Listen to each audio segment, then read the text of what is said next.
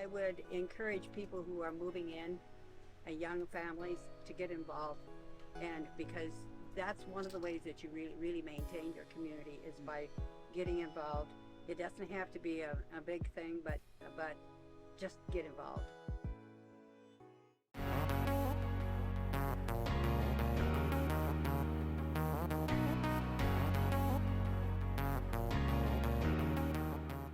Welcome back to Living in Green Bay. My name is Andrew Geiwitz, your local real estate agent here in the Green Bay, Wisconsin area and host of Living in Green Bay.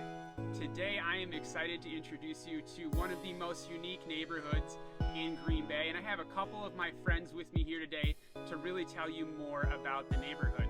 Steve and Caroline live in the neighborhood, have been here a long time, and have some really cool stuff to share with us today. To kick it off, guys, I would love to hear from you how you ended up in the neighborhood. So tell us a little bit about what brought you to this beautiful neighborhood.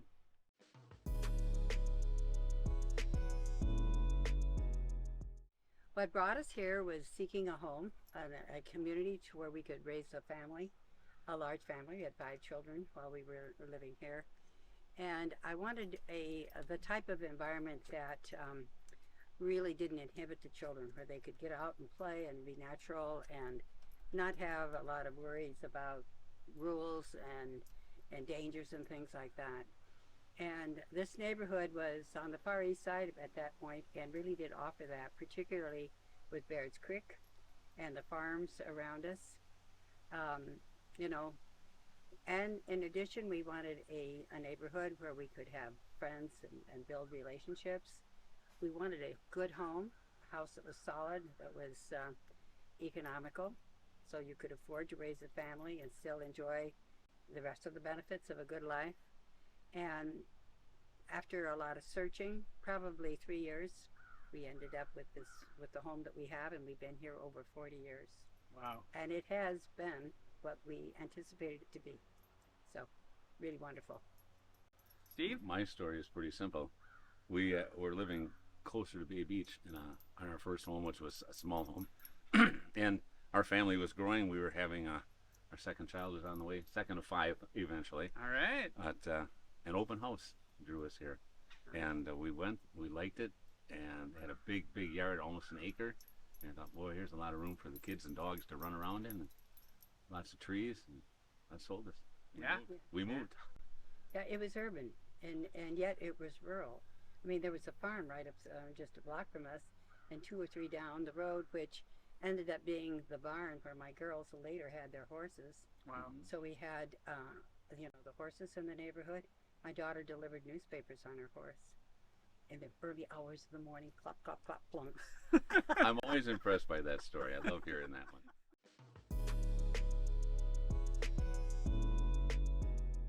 The neighborhood has been very well taken care of and well preserved.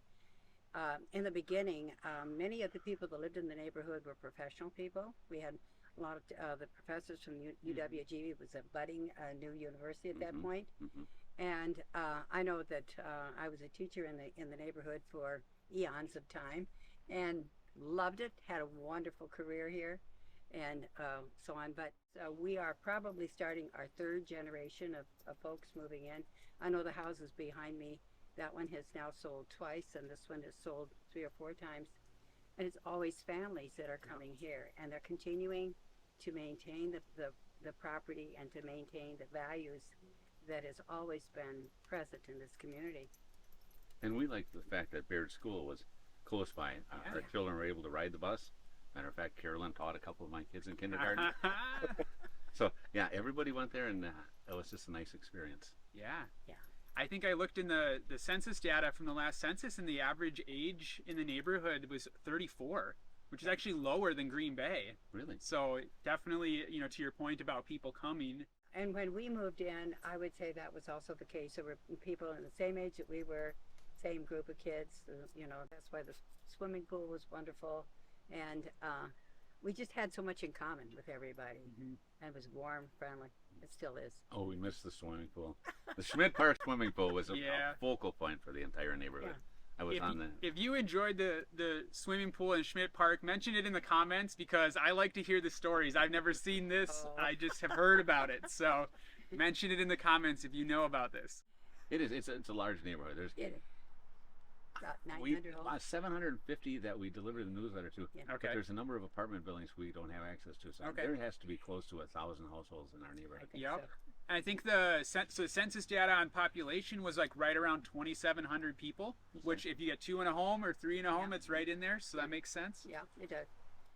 I think that what people look for in a home is a quality home, space, and privacy, and yet security, which we all have, and convenience, and still in touch with the outdoors, and that's what we have in Schmitt Park.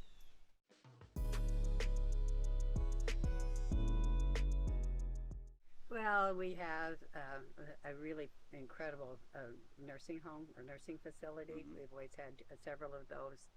We have the curative workshop, which is a Yep. wonderful thing.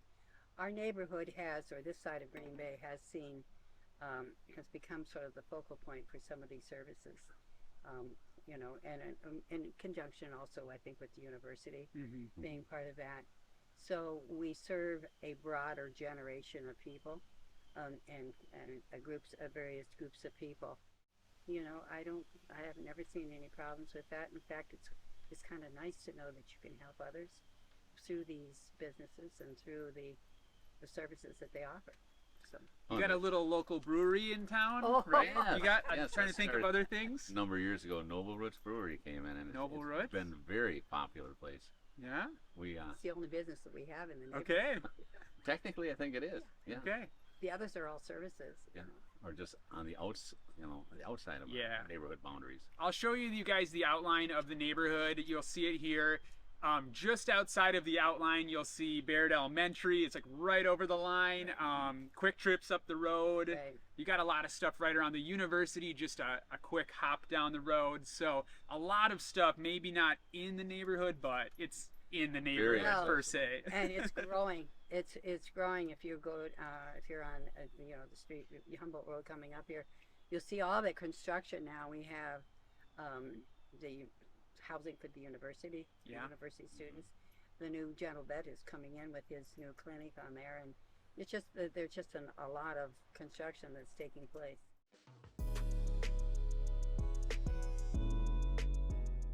It's an active association. We could always use more board members. I think every group that looks for new Right, volunteers. Yep. but I would encourage people who are moving in, young families, to get involved, and because that's one of the ways that you really maintain your community is by getting involved. It doesn't have to be a big thing, but just get involved. One of the wonderful things that we do that not many communities do is that in thinking of everybody that lives in the neighborhood, we focused a lot on safety, traffic safety, Sure. and that sort of thing, children going back and forth to school safely. But we started to focus on the young people. And so we ended up developing a scholarship program for the youth in our Oh, community. wow. And I don't think there's another neighborhood association that has a scholarship program Not that I'm aware of. for their youth. And we have advanced it, so it's not just a student who's going to a four-year school or a university or like that, but also the tech schools are involved in that. Mhm. We do the little surprise kindness thing, which starts with just a little treat bag on your front porch. Oh. We do a picnic for the vets each year. Somebody wants to put on a neighborhood party. Okay. You know, a block party. Block party. Block yeah. party. We, Gotcha. what is it, $50 or so? We contribute to the soft drinks and things Yeah, like we'll that. help Yeah. buy food and other accessories for that party. Yep. We have a Christmas contest, sort of it, and people are really participating. Like Christmas lights. contest. Christmas yes, lights. yes. and a little Halloween scavenger hunt, Mhm. and just these littler things that are fun. The electronic recycle. Oh, That is a big event for us. yeah, annual plant sale. We also do the annual rummage sale, which is another community builder. It's good. Oh, and the one new project we have is that birdhouse that Karen. Oh yeah, Well, that- birdhouse She project. has somebody, a retired gentleman that likes to build birdhouses, and so we've just been handing them out. You have to put them in your front yard. Cool. We install them, but she's up well over 100 of those installed in the neighborhood right now. Wow. Yeah, you walk around, you find birdhouses. Mhm. We had a little project with the kids finding the birdhouses this fall. Our group does a fabulous job with their newsletter. We just recently published the history in 2 segments of Schmitt Park, Yeah. and how it developed, and the vision of John Schmitt, and how this has all come. So when you come here and you move in, you have if you care to, you really get an understanding of the past and an appreciation of what's happened. These projects that we do, some of them are fundraisers, which help us to fund the projects that we do. Some of the revenues that we use comes from grants and things like that we apply for. But basically, we have a budget. We have to raise the money for the budget, and then it's spent for the community. And a separate budget is for the scholarship program. So, but all of this requires involvement, and involvement means participation. Participation means happiness. Happiness means health. You know, you put it all together, it works. That's a full life. Yeah, So. It is. Right. It is.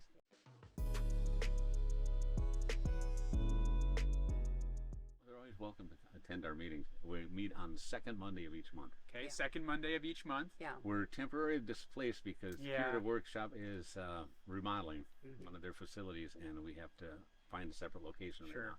But we do have a web address, and I'd have to look it up. We'll put the links. An email. We'll put the links in the emails and the social media handles and all of that stuff in the description below this video, guys. So if you're watching, you can just go right down there, find all the links to the neighborhood association, the larger Green Bay neighborhoods, whatever social media things the neighborhood's Right. using. All of that will be in the description below this video, so you can get more connected that way, and Steve doesn't have to worry about remembering it. So that's great. Well, and then if using those links, if you call anybody on the board, we'll be more than happy to help you through it and pick you up, take you to the meeting, or whatever it is necessary, or to get you involved. We really do welcome everybody, and we want you. So don't hold back. No, we always have a few minutes at the beginning of the meeting, an open forum. You come in, just get to meet us, bring us some problems so we can help you deal with. You're always welcome. You're always welcome to our meeting. I got to sit in on a couple of them, and they are very pleasant and fun to be a part of. You learn a ton, and it does make you a better owner and part of the neighborhood to be involved in these things, because you kind of get a deeper view of what's going on, the heart behind things, and then obviously this neighborhood, Schmitt Park, is very active, and so you have a lot of opportunity, but maybe there's cool things you could bring to the table to help it grow and have new ideas too. Everybody has always talent. need new ideas. Yeah, absolutely.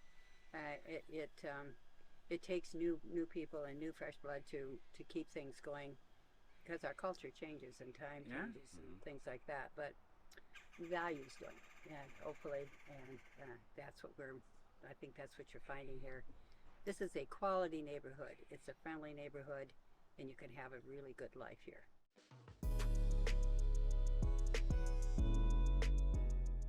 What is that? We have fine education facilities. I mean, like I said, the university is only a mile down the road from us. Brand new Beard School up there is excellent school. I would say that if you were looking for a place to live, this is certainly a neighborhood to consider in Green Bay, because you're coming into a community that's very well taken care of.